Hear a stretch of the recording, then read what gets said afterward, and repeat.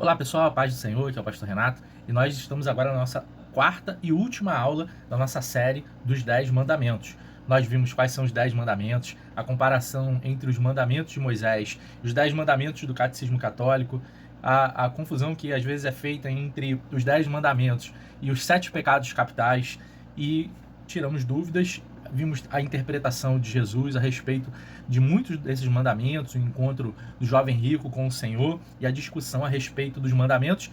E hoje nós vamos fazer um paralelo aqui importante e também uma leitura a respeito de um assunto que Jesus tratou sobre o Código de Hammurabi. Não sei quantos já tiveram oportunidade de ouvir sobre esse tema, o Código de Hammurabi e a comparação com os mandamentos de Moisés, sejam os 10 mandamentos e as demais leis que foram desenvolvidas. Você pode imaginar assim, que os 10 mandamentos era a Constituição. Era uma Constituição, assim como a americana, uma Constituição bem curtinha. A Constituição brasileira ela é muito ampla, mas a Constituição de 10 mandamentos, no caso de Moisés, e as demais leis que tratavam das relações civis, criminais e sanitárias, eram religiosas, eram tudo tratado nas demais leis. Vamos fazer esse comparativo entre a lei de Moisés e o Código de Hammurabi. Hammurabi foi um rei babilônico, morreu mais de 1600 anos antes de Cristo, mais ou menos, e ele deixou algumas leis que se tornaram basilares, assim como as leis mosaicas, se tornaram basilares para desenvolvimento de leis pelo mundo inteiro. Até hoje, leis, referências contidas na lei mosaica, dos 10 mandamentos e das demais leis. E no Código de Hammurabi, você desenrola muito das legislações modernas, porque tinha uma qualidade grande assim nas leis, é claro, de Hammurabi, mas é claro que no contexto da sua época, né? Tem coisas que você vê nessa lei que você acha estranho, porque era uma questão do povo, da cultura da época. Então, eu vou colocar aqui em algum lugar aqui da tela, tanto a escultura do Hammurabi, uma escultura que até hoje, né, se preserva, né? Quase 4.000 anos, uma escultura preservada, e aqui também um totem com gravuras na pedra dos escritos dos artigos da lei de Hammurabi. Então, da mesma forma que os mandamentos, os 10 mandamentos foram escritos em tábuas de pedra, os artigos da lei de Hammurabi também foram gravados em pedra, só que diferente dos mandamentos de Moisés, que estão perdidos, os 10 mandamentos originais, né, gravados em pedra, estão perdidos. O de Hammurabi se encontra lá no Museu do Louvre, em Paris. Então, o dia que você der uma passadinha lá em Paris, você vai poder ver pessoalmente essa obra especial, esse material arqueológico incrível, lá no Museu do Louvre, os artigos. É claro que você não vai conseguir compreender a leitura, mas os especialistas traduziram e os estudiosos, né, o conteúdo desses artigos. E há um paralelo muito grande entre a lei de Hammurabi, os seus códigos, né, de Hammurabi, e os mandamentos de Moisés. Muita coisa dos 10 mandamentos são contidos lá, e alguns diriam assim, será que Moisés ele fez um plágio do Código de Hammurabi, né? É claro que Moisés pode ter tido referências, ter tido conhecimento de coisas semelhantes ao Código de Hammurabi, mas isso não retira que a inspiração divina em relação ao conteúdo que Moisés escreveu. Moisés escreveu as leis e o Senhor entregou os 10 mandamentos escritos em pedra, e isso tudo é palavra de Deus e é inspiração divina. Alguns outros autores bíblicos citam autores extra-bíblicos, e isso não é um problema. Essas citações acabam canonizando aquele texto, elas acabam dando o poder de revelação àquele texto específico, aquele trecho específico. Mas é curioso que o Senhor Jesus ele trata do assunto da lei de Hammurabi em uma questão bem específica de como era feito as leis a respeito de o Código Penal, né? Então tinha uma ótica, uma cosmovisão de como desenvolver aquelas leis, e que Jesus trata especificamente disso, e você vai lembrar muito bem quando é dito assim que é olho por olho e dente por dente. Isso Moisés coloca na sua lei, mas era algo que estava contido no Código de Hammurabi. Aí a gente pensa assim, poxa, é tempos difíceis, né? Olho por olho, dente por dente parece ser um ambiente de muita vingança. Na realidade, essa questão era para refrear a vingança. Era o oposto disso. Se a gente fizer uma leitura desapercebida, assim, ligeira, nós vamos pensar que a, a, a lei olho por olho, dente por dente, ela era somente feita para vingança. Mas ela era para frear no seguinte: imagina que uma família, né, um personagem da família, ele viesse a matar um membro de outra família. E esse membro da outra família, ele para ser vingado, uma família inteira mata o assassino. E depois, a família do assassino, ela também se sente no direito de vingar e mata alguém da família B. E a família B mata alguém da família A e eles ficam em pé de guerra e a guerra nunca acaba. Mas esse código de Hammurabi era uma forma primitiva de cessar, era olho por olho, dente por dente, ou seja, se foi arrancado ali um membro, né, uma parte do corpo, um órgão, a visão, né, de alguém, que o que arrancou, o que feriu gravemente essa pessoa, ele teria a mesma ferida, e ali cessaria a vingança. Mas ainda assim era um justiçamento de vingança, olho por olho, dente por dente. E como que Jesus vai tratar disso? Aí você já deve lembrar um pouquinho aí de como o Senhor tratou do caso, e nós vamos ler aqui em Mateus, no capítulo 6, Mateus, no capítulo 6, no verso 38. Diz assim a palavra de Deus: vocês ouviram o que foi dito, olho por olho, dente por dente. Olha só, Jesus citando o mandamento de Moisés que coincide com o código de Hammurabi. Mas Jesus, ele fala assim, verso 39, eu, Senhor Jesus, porém lhes digo, não resistam ao perverso. Se alguém lhe der um tapa na face direita, ofereça-lhe também a face esquerda. Se alguém quer processar você e tirar-lhe a túnica, deixe que leve também a capa. Se alguém obrigar você a andar 1 milha, vá com ele 2. Dê a quem lhe pede e não lhe volte as costas ao que quer lhe pedir emprestado. Então Jesus ele dá uma solução nova, uma solução do evangelho, das boas novas, de como tratar a questão da vingança, que cessa todo tipo de violência, que cessa a matança, a vingança, a injustiça, e esse é o meio do perdão.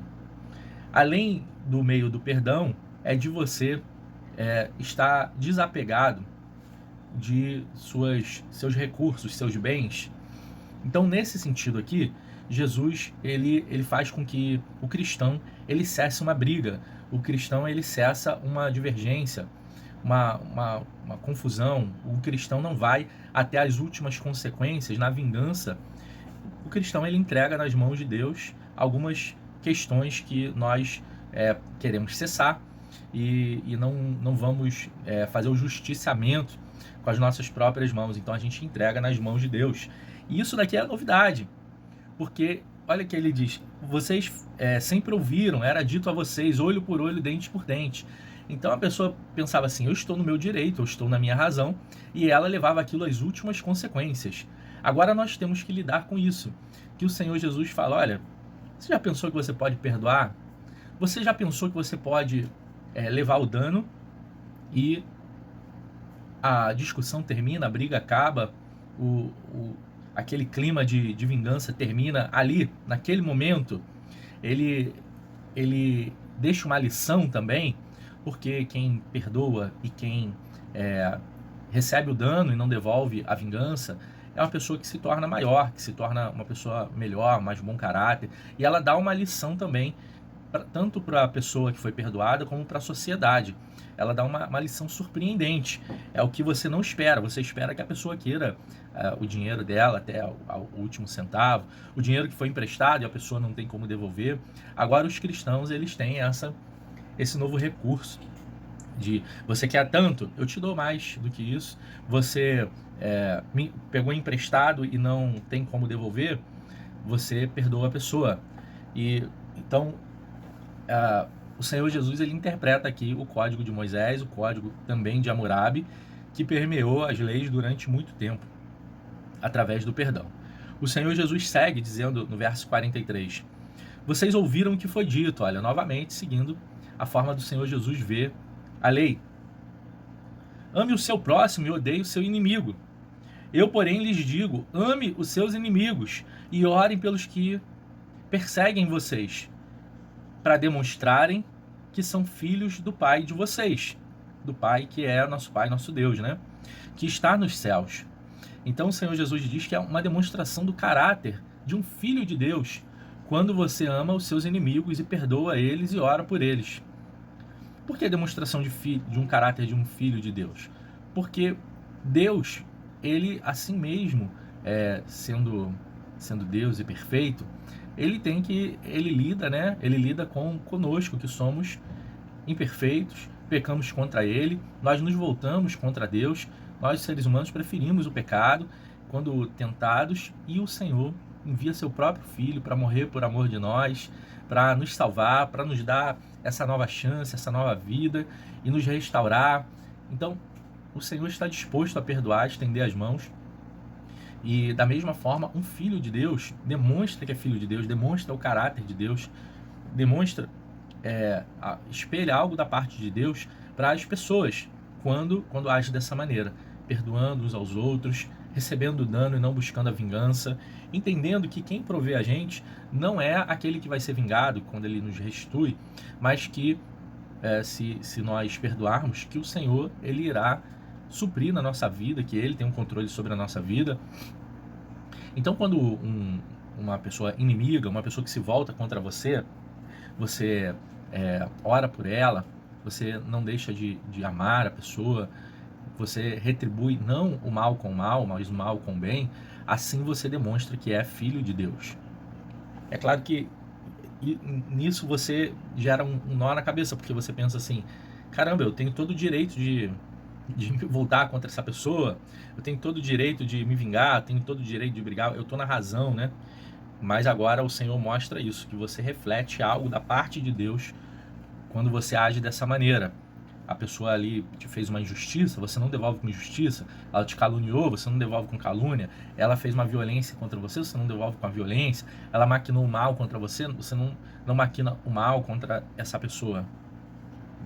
E o texto segue assim: porque ele faz o sol nascer sobre os maus e os bons e vir chuvas sobre justos e injustos.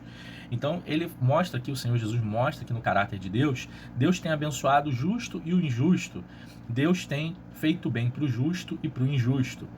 O Senhor poderia ver quem são os bons e só favorecer os bons, somente dar a chuva e o sol na plantação dos bons, mas o mundo ele está aí sendo sustentado por Deus, o mundo com pessoas justas e injustas. O injusto ele não agradece a Deus pelo bem que tem feito a ele, pela saúde que tem dado, o alimento.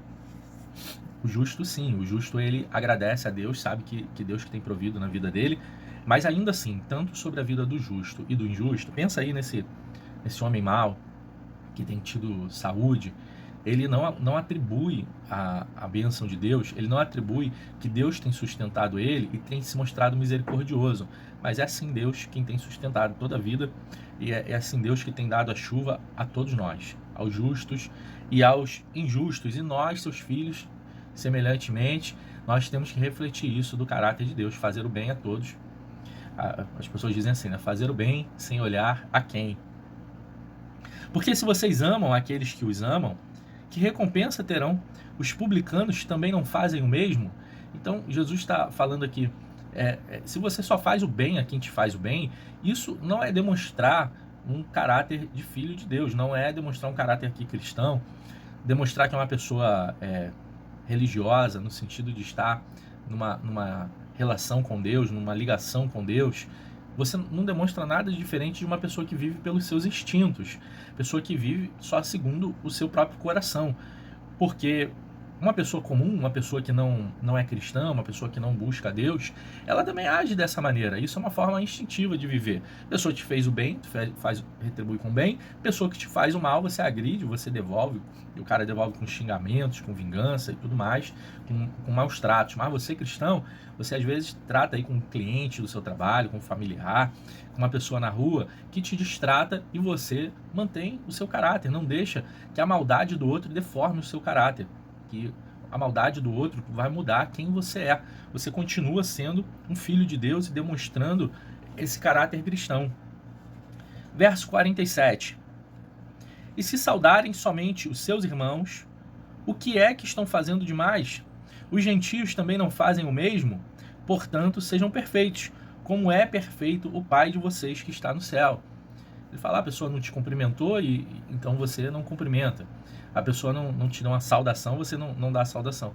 Então, você tratar bem as pessoas, independente daquele mau caráter, daquela pessoa mal-humorada, a pessoa que distrata os outros, você continua tratando bem. E isso é um meio de demonstrar a perfeição de Deus, o amor de Deus e o caráter de Cristo que está aí sendo refletido através da sua vida. Então nós encerramos por aqui essa série de aulas dos 10 mandamentos, que trata como Jesus via os mandamentos e a correlação dos 10 mandamentos com outros códigos de leis, até as leis que são desenvolvidas no mundo hoje, elas ainda trazem a essência dos mandamentos, dos 10 mandamentos. E que Jesus, ao tratar, ele continua valorizando os 10 mandamentos, ele coloca isso para os fariseus e para o jovem rico, mas quando Jesus vai tratar dos 10 mandamentos, ele trata de uma forma mais sobre o caráter de Deus, sobre você cumprir os mandamentos como um filho de Deus, como alguém que está exalando a personalidade, o jeito de ser de um filho de Deus, e não como alguém que consulta um código e vê as brechas da lei para você andar nas brechas. Não é assim que buscam aqueles que são corruptos, eles vivem na brecha das leis e eles são chamados de inocentes, inocentados, mas na verdade ele caminhou pelas brechas da lei para poder se inocentar ali, mas não é assim com Deus, não é assim com a palavra de Deus. Então Jesus ele fala assim de uma forma que a gente transborda em sermos justos.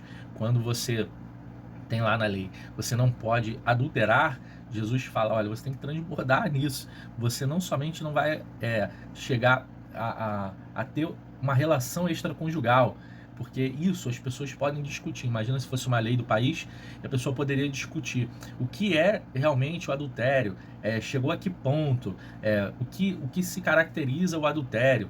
Será que trocas de mensagens, conversas, será que é um toque na mão, um beijo, e aí a pessoa vai se defendendo dessa maneira, mas não é assim que um filho de Deus age, porque Jesus disse, se você planejou na sua cabeça, você já concebeu aquele adultério, você já é um adúltero. Então Jesus fala de uma forma muito mais rigorosa, e da mesma forma ele trata de outra forma essa questão da cosmovisão da lei. É olho por olho, dente por dente, Jesus falou não mais. Então aqui é uma forma de Jesus colocar uma nova ótica sobre como proceder. Você, cristão, você não tem essa prerrogativa de ficar se vingando, mas você tem uma de ficar perdoando, de ficar suportando quem é mal, de orar por quem é mal e de continuar amando. Então esse é o desafio. A sua justiça, ela exceder ao dos escribas e fariseus, que são aqueles religiosos hipócritas. Então a nossa justiça, ela tem que exceder a dos hipócritas, aqueles que falam muito, mas há uma distância grande entre a sua prática e o que eles falam, o discurso e as suas atitudes mesmo, né? E assim não é com a gente. A gente persevera na palavra de Deus, somos cumpridores, porque senão somos semelhantes àquele que olhou o reflexo no espelho e saiu do espelho e logo se esqueceu e tem sempre que estar se olhando novamente no espelho. Nós somos cumpridores da lei. A gente não esquece da palavra de Deus.